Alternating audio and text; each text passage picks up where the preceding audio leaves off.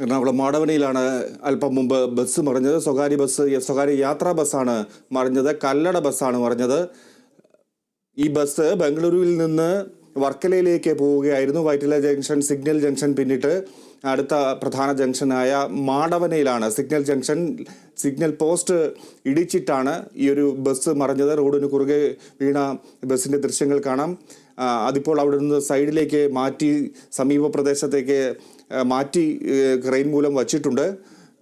ജനങ്ങൾ കൂടി നിൽക്കുന്നു. പരിക്കേറ്റവരെ ആശുപത്രിയിലേക്ക് തൊട്ടടുത്താണ് തന്നെ ലേക്ഷോർ ആശുപത്രിയിലേക്ക് തൊട്ടടുത്തേക്ക് തന്നെ മാറ്റിയിട്ടുണ്ട്.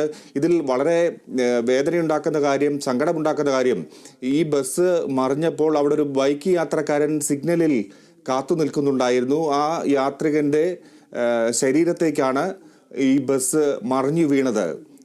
അമിത വേഗത്തിൽ വന്ന ബസ്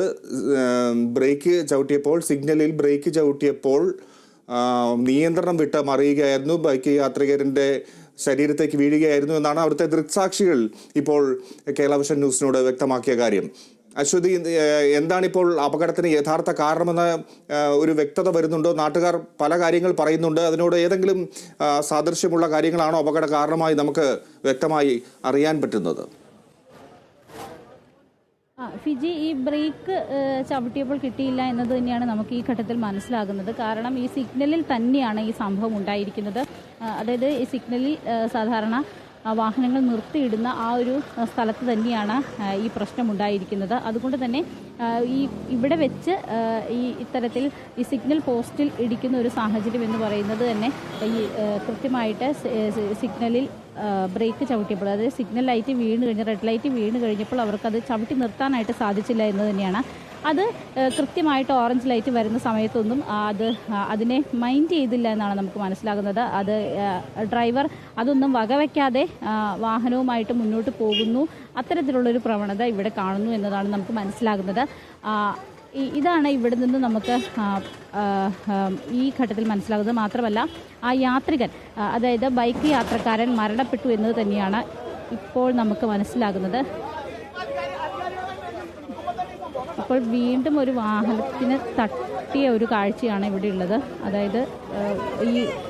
അതായത് ഈ ഗതാഗത കുരുക്ക് അഴിക്കുന്ന ഘട്ടത്തിൽ, അതായത് ഇവിടെ നിന്ന് വാഹനങ്ങൾ പോകാനായിട്ട് വരുന്ന ഒരു ഘട്ടത്തിൽ തന്നെ ഒരു വാഹനം മറ്റൊരു വാഹനത്തിൽ, ഒരു കാറ് മറ്റൊരു വാഹനത്തിൽ ഇടിക്കുകയും ആ കാറിൻ്റെ മുൻവശം തകരുകയും ചെയ്തിട്ടുണ്ട്. അത് ഇപ്പോൾ വലിയൊരു പ്രശ്നമായിട്ട് ഇവിടെ വന്നിരിക്കുകയാണ്. ആളുകളെല്ലാവരും തന്നെ അതിൽ വലിയ രീതിയിൽ കയർക്കുകയൊക്കെ ചെയ്യുന്നു. ഈ സംഭവം, അതായത് ഈ കുരുക്കഴിക്കുന്ന ഈ സമയത്ത് തന്നെയാണ് ഇത്തരത്തിലുള്ളൊരു പ്രശ്നം ഉണ്ടായത് എന്നാണ് ഇതിലേറ്റവും പ്രധാനപ്പെട്ട കാര്യം. എന്തായാലും അത് വലിയ കുഴപ്പങ്ങൾ ഉണ്ടായിട്ടില്ല. കാറിൻ്റെ ഫ്രണ്ട് ഭാഗത്തിൽ കുഴപ്പങ്ങൾ ഉണ്ടായിട്ടുണ്ട്. എന്തായാലും അത് ഇവിടെ നിന്നും ഗതാഗതം പുനഃസ്ഥാപിക്കുന്നതുമായി ബന്ധപ്പെട്ട കാര്യങ്ങളാണ് ഇപ്പോൾ നടന്നുകൊണ്ടിരിക്കുന്നത്. എന്തായാലും ഇതിലെ സ്ഥിരീകരണങ്ങളും മറ്റ് ആളുകളുടെ ആരോഗ്യകരമായ കാര്യങ്ങളെക്കുറിച്ചും കൂടുതൽ വിശദാംശങ്ങൾ വരും മണിക്കൂറുകളിൽ ഉണ്ടാകും. വിജി, എന്തായാലും അവിടുത്തെ പോലീസ് സ്റ്റേഷനിൽ, നാട്ടുകാർ പറയുന്ന പോലീസ് സ്റ്റേഷനിൽ അവിടുത്തെ തുടർച്ചയായ അപകടങ്ങളിൽ അവർ പരാതി നൽകിയിട്ടുള്ളതാണ്. ചില ബസ്സുകളുടെ പേരുകൾ, സ്വകാര്യ ബസ്സുകളുടെ പേരുകൾ അവർ എടുത്തു പറയുന്നുണ്ട്. ആ ബസ്സുകൾക്കെതിരെയൊന്നും ഒരു നടപടിയും ഉണ്ടായിട്ടില്ല എന്നാണ് നാട്ടുകാർ പറയുന്നത്. അതുകൊണ്ടാണ് അവർ ഒരു പ്രതിഷേധത്തിൻ്റെ രീതിയിലുള്ള വാക്കുകളിലേക്ക് അവർക്ക് പോകേണ്ടി വരുന്നത്. ഇത്തരത്തിൽ സിഗ്നൽ ലൈറ്റ് സംവിധാനങ്ങളെയൊക്കെ മറിച്ചിട്ട് അപകടമുണ്ടാക്കുന്ന ബസ്സുകൾക്കെതിരെ യാതൊരു നടപടിയുമില്ല, പോലീസും അത് കണ്ണടക്കുകയാണ് എന്നാണോ അശ്വതി മനസ്സിലാക്കേണ്ടത്?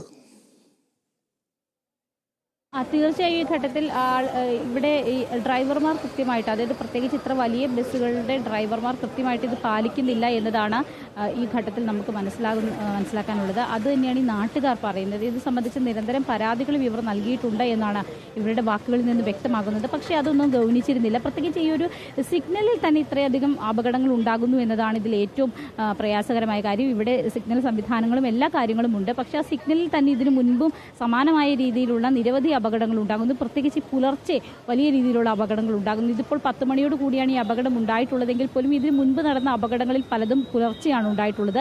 ഞാൻ നേരത്തെ സൂചിപ്പിച്ചതുപോലെ ഞാൻ തന്നെ ഇവിടുന്ന് റിപ്പോർട്ട് ചെയ്തിട്ടുള്ള ഒരു അപകടം ഉണ്ടായത് 7 വണ്ടികൾ ഒന്നിനു പുറകെ ഒന്നായി ഇടിക്കുന്ന കാഴ്ചയാണ്. അതിൽ സിഗ്നലിൽ നിർത്തിയിട്ടിരിക്കുന്ന സമയത്താണ് അത്തരത്തിൽ ഒന്നിനു പുറകെ ഒന്നായി ഈ വാഹനങ്ങൾ ഇടിക്കുന്ന ഒരു കാഴ്ചയുണ്ടായിരുന്നത്. അതുകൊണ്ട് തന്നെ ഇത് വലിയ രീതിയിലുള്ള ഒരു പ്രശ്നം, നിരന്തരമായ ഒരു പ്രശ്നമാണ്. അതിപ്പോൾ ഒരു വലിയ അപകടത്തിലേക്ക് വഴിവെച്ചു. അതൊന്നും ആദ്യ സമയങ്ങളിലൊന്നും തന്നെ അത് കാര്യമാക്കാതിരുന്നത് ഇപ്പോൾ വലിയ പ്രശ്നത്തിലേക്ക് വഴിവെച്ചു എന്നതാണ് നമുക്ക് അത്യന്തം വേദനാജനകമായ ആ വാർത്തയും എത്തിയിരിക്കുന്നു. അശ്വതി നേരത്തെ സൂചിപ്പിച്ചതുപോലെ തന്നെ ആ മാടവന അപകടത്തിൽപ്പെട്ട് ആൾ മരിച്ചു, ബൈക്ക് യാത്രികൻ മരിച്ചു എന്നുള്ള വിവരം പൂർണ്ണമായി നമ്മൾ ഉറപ്പിക്കുകയാണ്. അദ്ദേഹത്തിന്റെ പേര് ഇടുക്കി സ്വദേശിയാണ് ജിജോ സെബാസ്റ്റ്യൻ.